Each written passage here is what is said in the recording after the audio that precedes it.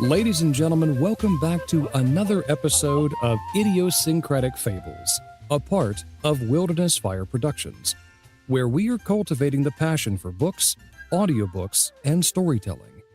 Since time first began, we all have been storytellers. Everybody has a story to tell, and I want to hear yours.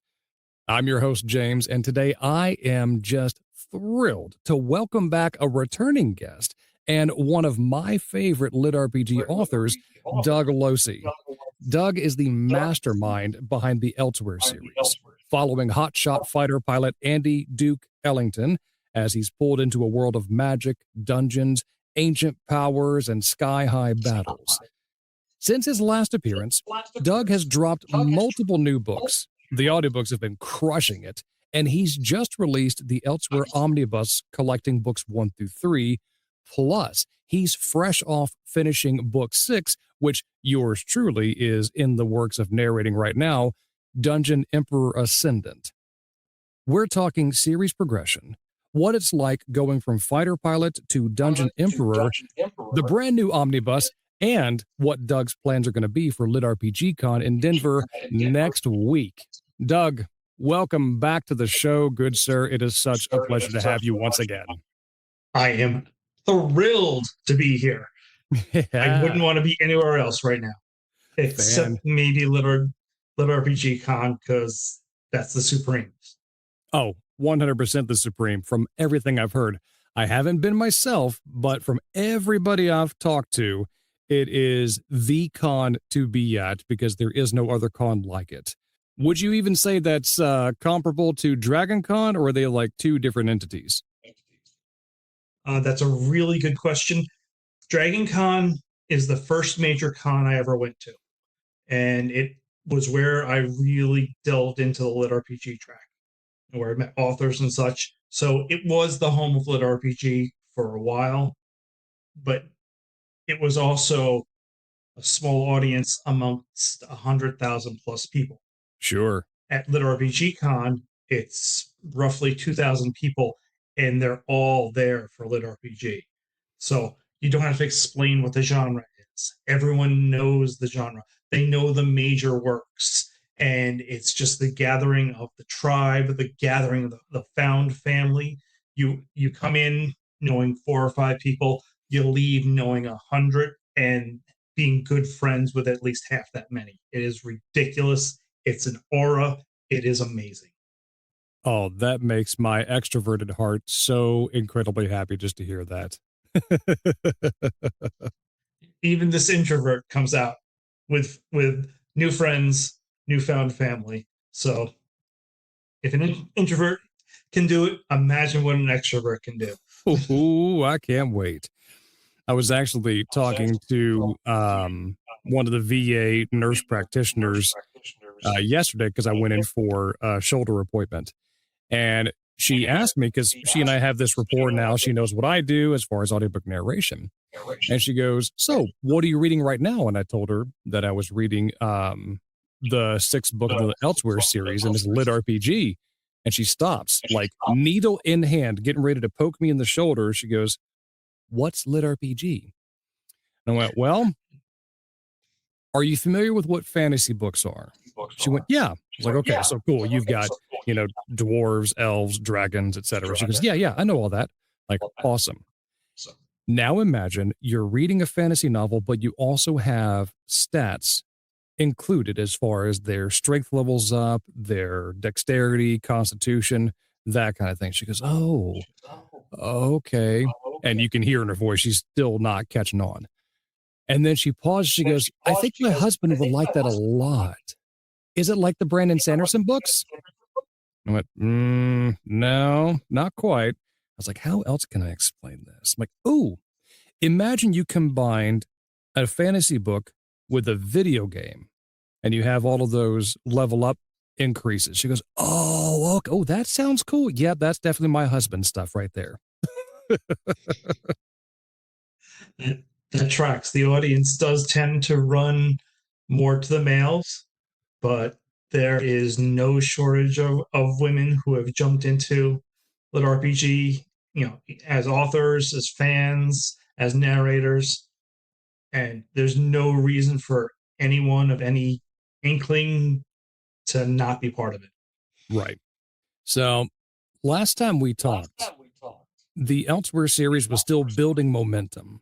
Now you've wrapped up book 6 and just dropped the omnibus for books 1 through 3. How does it feel to have the first major arc complete and available as a boxed set? It's pretty wild. You know, coming into writing the series, I wasn't sure where this was going to wind up. You know, you start off writing, you have no idea if anyone's actually going to ever read it, let alone buy it. Boxing up, you know, the first three books in a single arc as a box set, that's a feeling that I don't think I'm going to get back again. Yeah. Especially, and I'm going to say this, and I mean it specifically, especially when the audio finally does drop, because that's where I think the real gravy is. Okay, do tell. Since in order to release it through Amazon's systems, through the ACX, Audible, all that, you have to do it as an ebook as well. So the first 3 books are available as an ebook and also on Kindle Unlimited, which, okay, that's fine. So someone could, you know, get that easily and read through each of the books individually, or read through each of the books in the omnibus. Either way, it's essentially the same. But with the Audible, you know, the box set audio, that's, you know, 50 plus hours in one solid block. And that hits differently. I bet it does.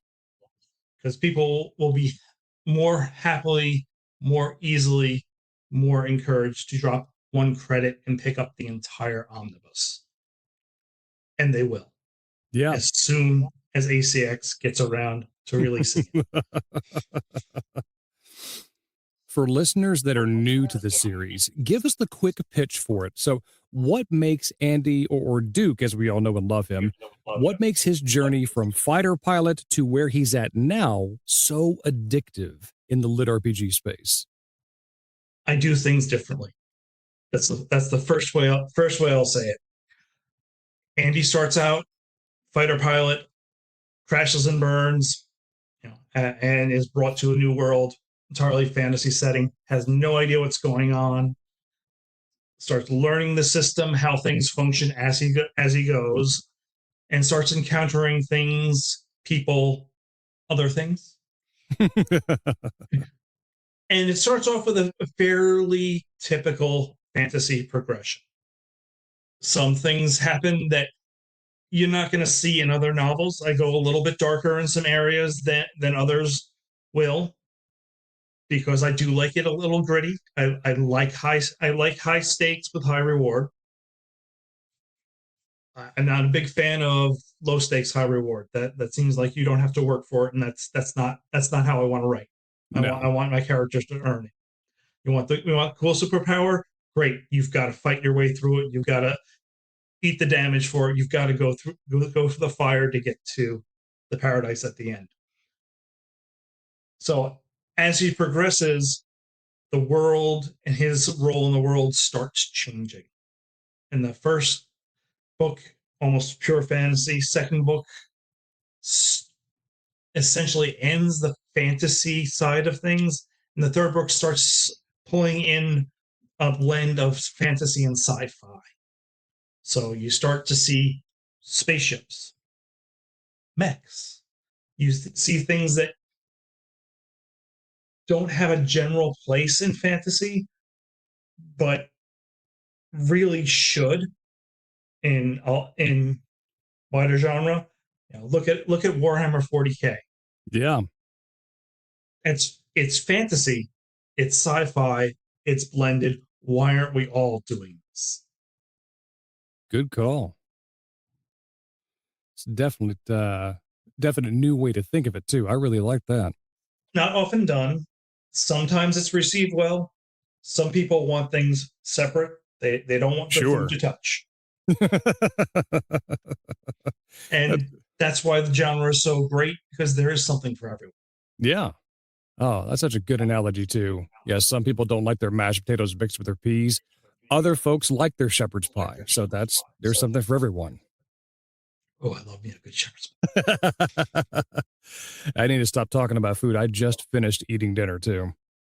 So, as the author of your now first complete Lit RPG series, what would you say was the biggest challenge or most fun part in writing all 6 books?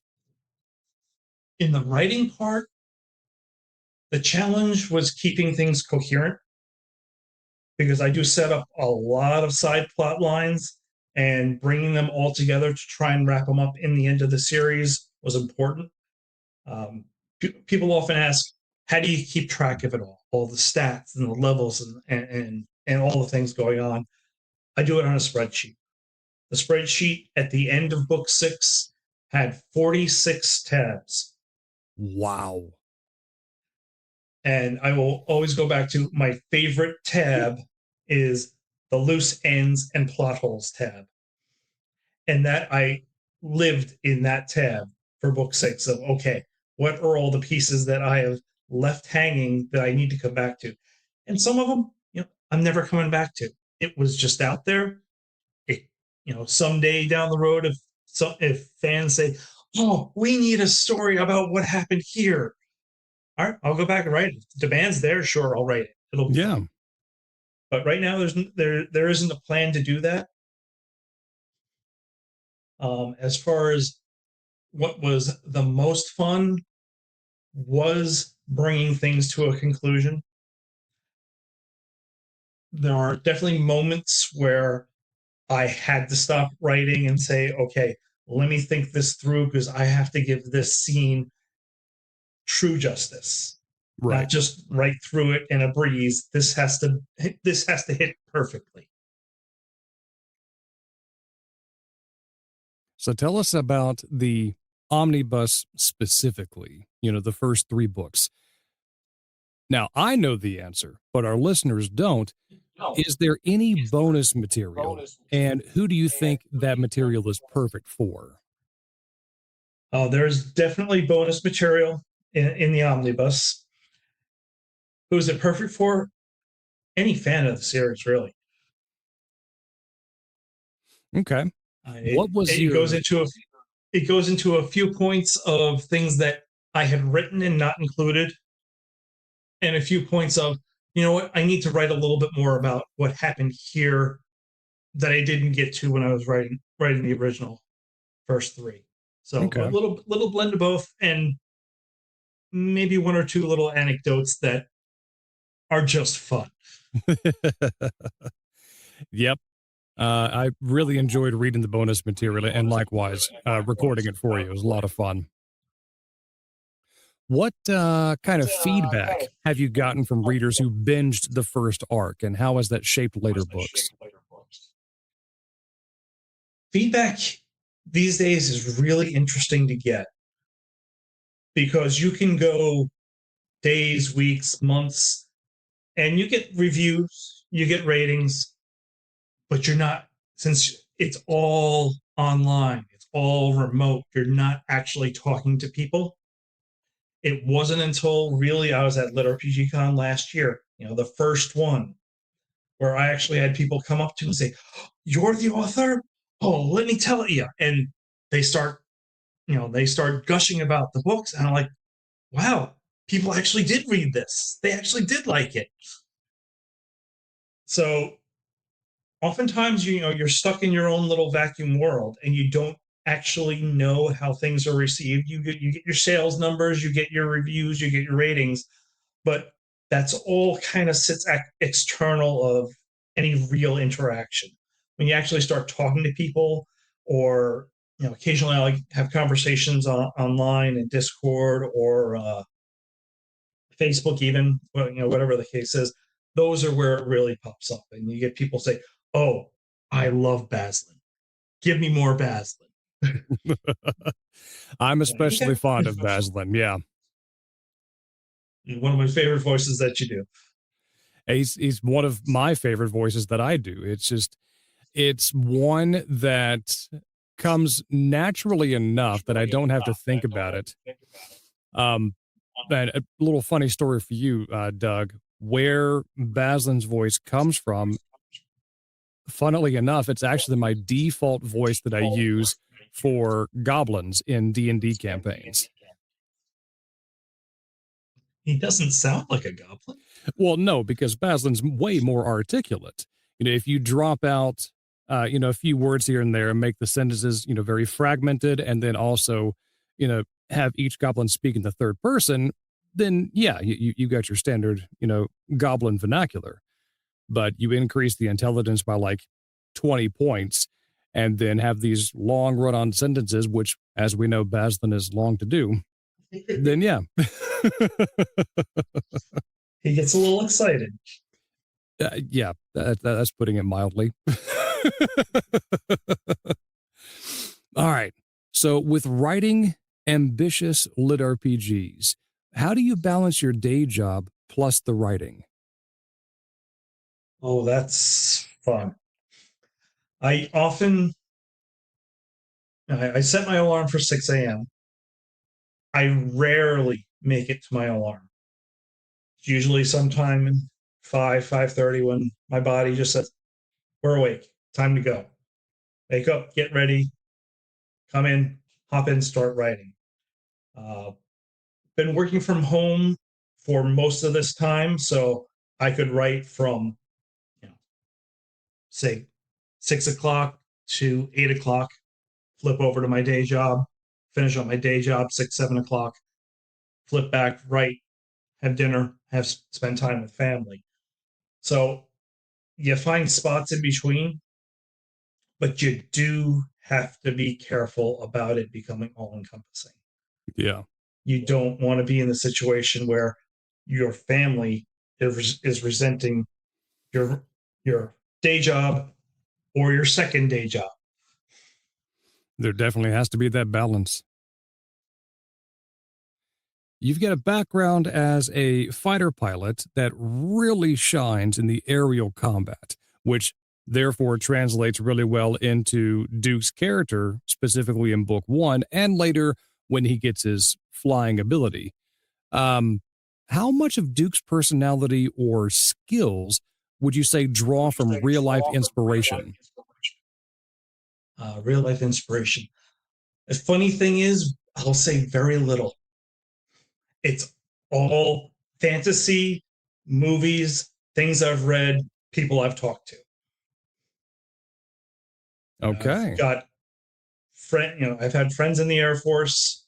One of them was a pilot, told me a few things, but a lot of it is research and just my stupid search for trivial knowledge. Do you fancy Trivial Pursuit at all, or not so much? I'm fairly good at it. Sadly, my weakness is sports and leisure. I was never great at that game. And then, of course, we would go to trivia nights back when we lived down south. And I was not good at those trivia questions either, especially when it was all like Star Trek night. Yes, I call myself a nerd, but no, I have not seen a single episode of Star Trek anything, not even the movies. I mean, I know who the characters are, but beyond that, nah. So I'm going to ask you, where do you land on Babylon 5? Never seen it. Oh, that's disappointing. No, my sci-fi binging goes to Star Wars, but unfortunately not the last trilogy. That was a train wreck. Other shows like Stargate, Farscape was really good. Let's see. And then some 1980s classics like The Last Starfighter, Flight of the Navigator, that was awesome. Yeah, and several others. I've heard a rumor that they're remaking The Last Starfighter, and I hope they don't. Oh, I hope they don't. They need to leave some of the classics alone. Just leave them as is. Yeah, unfortunately, the demographic they're trying to hit is us. Yeah. So they're going for our childhood favorites to remake so they can try and drag us into the theaters. Yeah. I think one of the coolest and most unique of its time sci-fi stuff was Guyver. Remember that one? Was that a Mark Hamill movie? I don't know if Mark Hamill was in that one or not, or if he produced it or whatever. All I remember is that it was this human guy who had the ability to transform into like this weaponized alien suit, had these really cool blades coming out of his elbows, and he was fighting giant alien monsters with it. Because who doesn't want to do that? Of course. I mean, give me like a biomech suit that's also combat ready. Yeah, sign me up. Let's do it. All right. Going back to LitRPG, because we could go down the sci-fi rabbit hole real quick. Yes, we can. What are you reading right now as far as LitRPG or game lit that's inspiring you? I just finished the latest book in the Quest Academy series, which is a phenomenal series. It's school based for the most part, and it's done extremely well. Brian Warden does an amazing job with it. The list of what I read in genre is long and storied. It's essentially, yes, I read that. Off the top of my head, the various works of Sean Oswald are right up there at the top. He's got a new one coming out next week, an entirely new series, and I want to see how that one will tie into the rest of his multiverse, because all of his series seem to tie into it, and that's fun. And he does something in his series that is really a hallmark of LitRPG that people don't outside the genre don't seem to understand. Is he will put references to other authors' works throughout his series. Oh, cool. And he even has a reference to Elsewhere in there. Does he really? He does. Outstanding. Yeah, he's absolutely talented author, great guy, very active. All right. Let's talk about LitRPGCon. And we know we talked a little bit about it at the beginning of the show, but I want to hear what you're most excited about this year, like panels, meeting readers, or something else. Last year I went just to go and have fun, meet people. This year I'm a panelist. I've got a workshop, four panels. I'm in 3 gaming sessions, which is something that the con does that no other con I know of does. Is they will set up games, anything from D&D to My Little Pony to Sheep. Excuse me. Sheep? And they will connect authors, narrators, and fans at the table. So, fans are sitting down with perhaps their favorite author and playing a game of My Little Pony, which apparently last year I really missed out because that turned out to be the most wild and fun.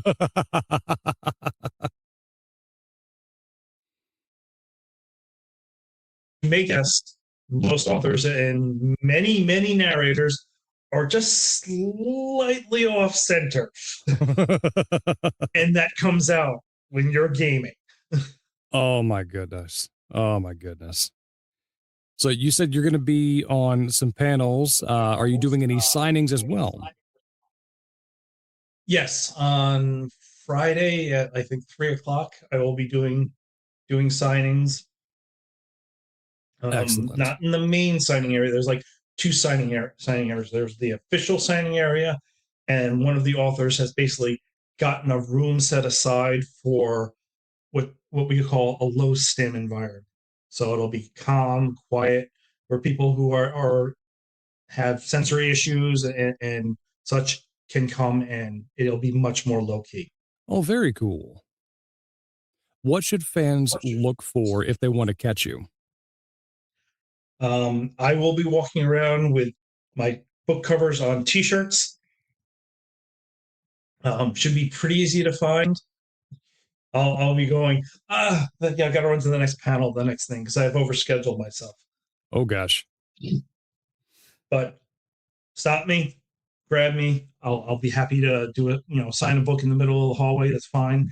If I'm not doing anything, I am likely going to be at LobbyCon, which is the unofficial con that takes place in the lobby, where everyone hangs out. The lobby of the hotel, authors, narrators, fans, everybody just hangs out and just, BS's around, having a great time talking about everything.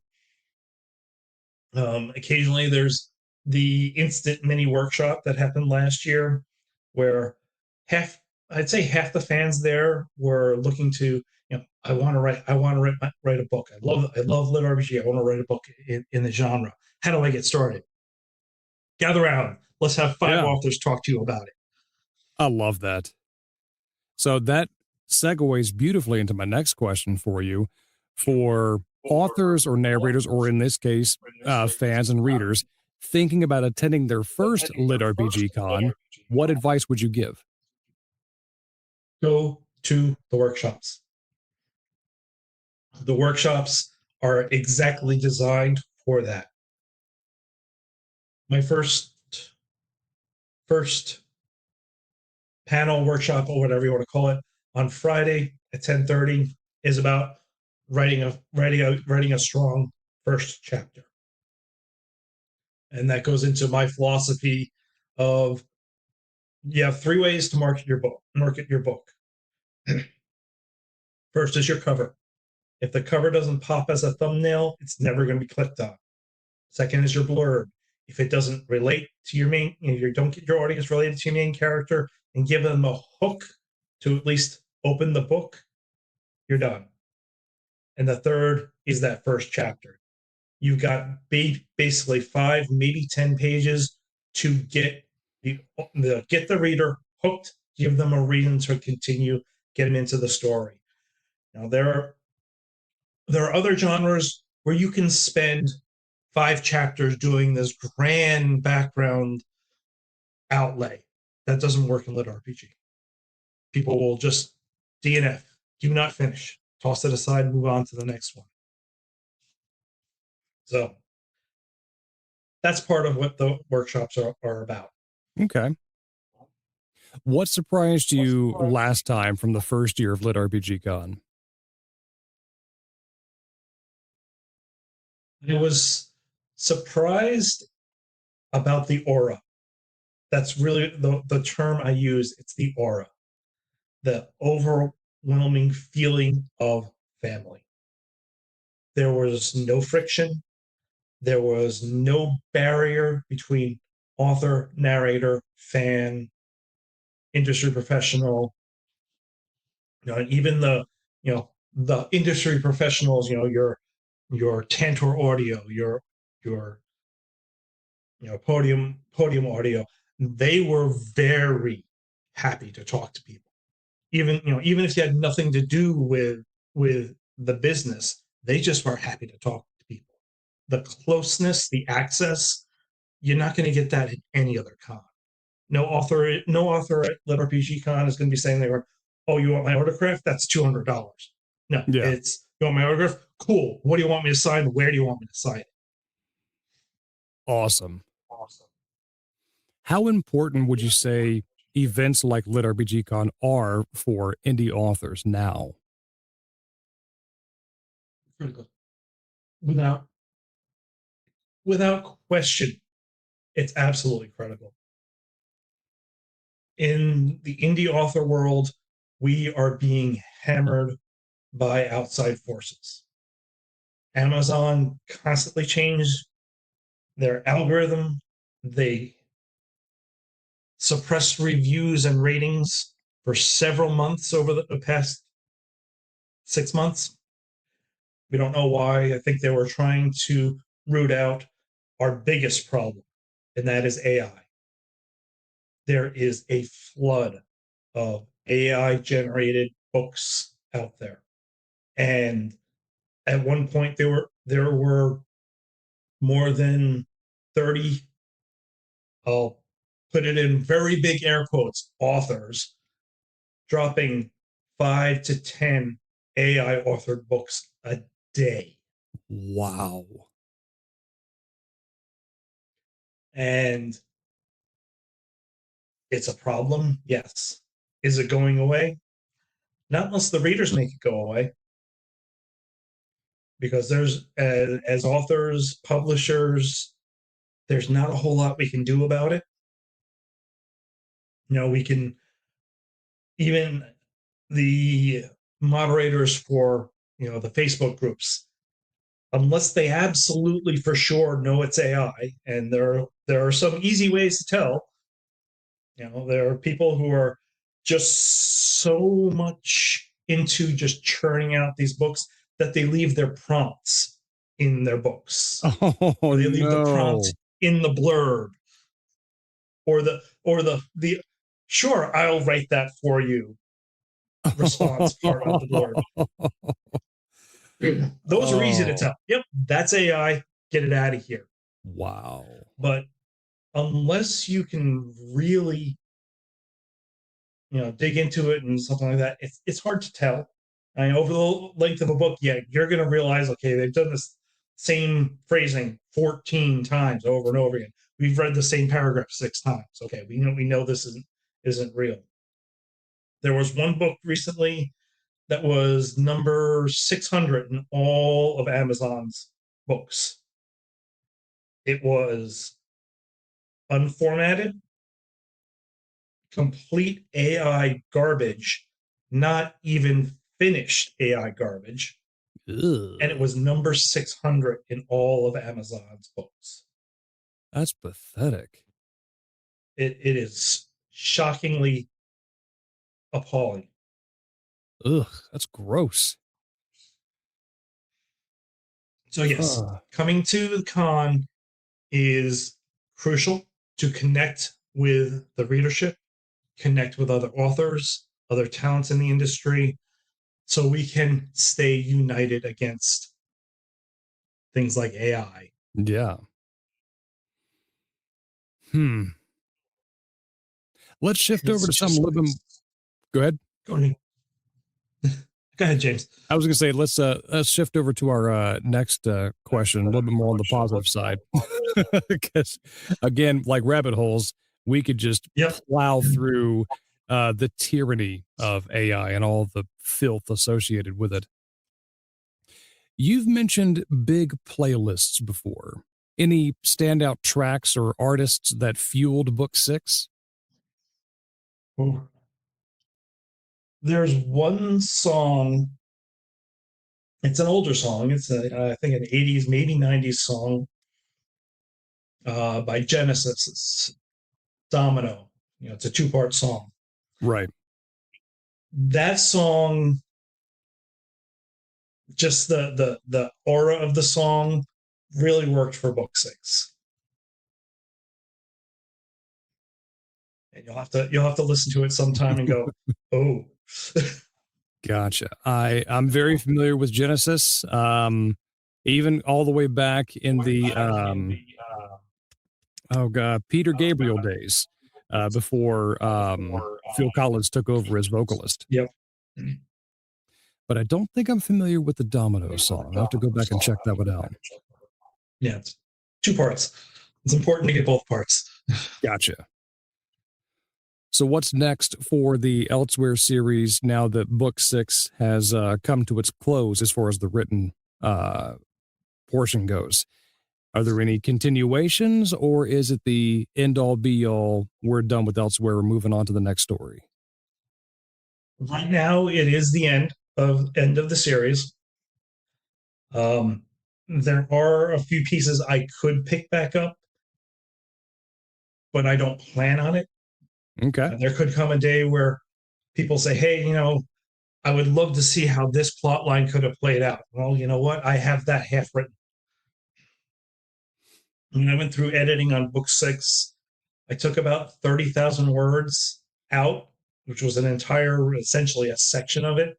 Right. That could very well be, a book in a different line, different series.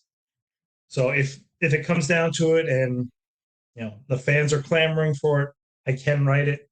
I will write it. It's one of those. If you come, I'll build it. Good deal. Good deal. I've got some lightning round questions for you. You ready? Go for it. Favorite dungeon type you've written? That would be the Siege dungeon. Yep, that was a favorite of mine too. A dream LitRPG crossover. Ooh, if I could cross over into Sean Oswald's world, I would do it in a heartbeat. Okay. What is one mechanic you wish existed in real life? Healing. Okay. And why is that? Other than the obvious. Because I've seen, I'll put it this way. I've seen the ER too many times with family members. Fair enough. And then finally, which is becoming my favorite question to ask my guests, favorite sandwich? Club. Okay. Bread toasted or plain? You gotta toast it. If you're not toasting it, it's not a club. Now, do you prefer it with or without the toothpicks? If it's not so big you need the toothpicks, it's not a good sandwich. Very well, very well. Doug, this has been fun. Thank you again for coming onto the show. It's been great to hear you talk about not only your passion for writing, but just how much love you have for the genre as a whole, and for also for just, authors and readers and narrators alike who also love LitRPG. Thank you so much. It's an absolute pleasure. As always, love it to death. And thank you, dear listener, for all tuning in. I truly appreciate each and every one of you. If you enjoyed this episode, I ask that you please rate, review, and subscribe to the show, because it's going to help me to reach more storytellers just like you. You're also welcome to track me down on social media and drop me a line there, or even send me an email directly about who you would love to hear next. Or even better, if you would like to be a guest on the show yourself. Also, I host a Discord server where I showcase my behind-the-scenes work of audiobook narration, and I invite you to click the link in the show notes because I would love to have you as a part of that community. And as always, everybody has a story to tell, and I want to hear yours. And so until I talk to you next time, dear listener, peace be with you.